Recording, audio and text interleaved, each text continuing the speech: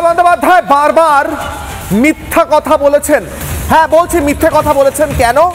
কারণ এটা আমার ভাষা নয়, এটা সেই পরিযায়ী শ্রমিকদের ভাষা যারা এই রাজ্য ছেড়ে যেতে বাধ্য হয়েছেন, অথবা এটা তাদের ভাষা যারা এই রাজ্যে মমতা বন্দ্যোপাধ্যায়ের কথা শুনে থেকে গিয়েছেন কিন্তু আসলে পেয়েছেন লবডঙ্কা, কিচ্ছু পাননি।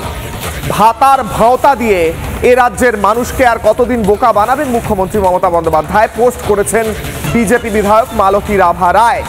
পোস্ট করে স্পষ্ট ভাষায় তিনি দেখাচ্ছেন, যে ভিডিওটা তিনি পোস্ট করেছেন স্পষ্ট ভাষায় দেখা যাচ্ছে যুবক এ রাজ্যের, তিনি কি বলছেন, এ রাজ্যের যুব সম্প্রদায়ের ভাষা উঠে এসেছে তার ভিডিও পোস্টে। শুনতে চান? এই ভিডিও পোস্টে আমার আপনার মতো লক্ষ লক্ষ মানুষের ভাষা কিভাবে উঠে আসছে একজনের মাধ্যমে। কারণ তিনি বলছেন যেভাবে প্রতিশ্রুতি দিয়ে প্রতিশ্রুতি ভঙ্গ হয়েছে। কোথায় এসেছিলেন তিনি? মমতা বন্দ্যোপাধ্যায়ের সভায়। কিন্তু আসলে এই শ্রমিক কি বলছেন শুনুন। আমি কাজ করতাম হায়দ্রাবাদে, ঠিক আছে, পরে শুনলাম যে মমতা বন্দ্যোপাধ্যায় ভাতা দিবে, হ্যান দিবে। পরে তো বাড়ির লোকও বলছে হ্যাঁ হ্যান তেন। পরে এখন তো আসলাম কিছু অনেক যুবক এখানে আসছে, মানে উত্তরবঙ্গে কোনো রোজগারই নাই ছেলেদের, এখানে তো কাজই নাই, কি করবো? এখানে বাড়ির লোক বলে বসে আছিস, কি আছিস, কই যাবো আমরা? এখন এখানে তো রোজগার নাই, কই যাবো আমরা?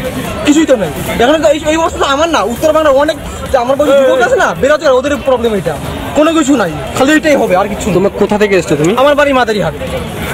আমি তো এসেছিলাম 5,000 ভাতার জন্য, হইল না। মমতা বন্দ্যোপাধ্যায় যখন সভা করছেন তার উন্নয়নের বুলি আওড়াচ্ছেন। তিনি বলছেন 14 বছরে তিনি যে উন্নয়ন করে দেখিয়েছেন গোটা বিশ্বে কেউ কখনো এত উন্নয়ন করে দেখাতে পারবেন না। সেই সময় সেই সভাস্থলেরই কোনো একটা প্রান্তে এই মানুষগুলো, এই পরিযায়ী শ্রমিকগুলো যারা বাংলার নিজের ছেলে মেয়ে, তারা এসে বিক্ষোভ দেখাচ্ছে। কোথায় কি পেয়েছি আমরা? কিসের উন্নয়ন? না পেয়েছি ঘরে চাকরি, না বাইরে থেকে এসে পেয়েছি ভাতা, যেরকমটা মমতা বন্দ্যোপাধ্যায় বলেছিলেন। কি বলেছিলেন মনে পড়ছে না? মনে করিয়ে দিচ্ছি, শুনুন। যেভাবে বলেছিলেন রাজ্যের ছেলেমেয়েরা যারা বাইরে রয়েছেন, পরিযায়ী শ্রমিক হিসেবে কাজ করছেন, কেন করছেন? আমার কাছে আসুন, এ রাজ্যে আসুন, আমি ভাতা দেব।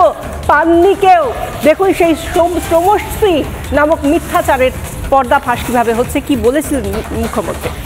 সকল পরিযায়ী শ্রমিক বাংলার বাইরে কাজ করছে, তাদের বাড়ি ফিরিয়ে এনে এবং তারা যদি নিজেরাও চলে আসে, যারা আসতে পারবে, যারা আসতে চায়, তাদের পুনর্বাসনের জন্য আমরা একটা পরিকল্পনা গঠন করেছি। এই পরিকল্পনাটার আমরা নাম দিয়েছি শ্রমশ্রী। যারা ফিরে আসবেন এককালীন ভ্রমণ সহায়তা সহ আমরা 5,000 টাকা দেব।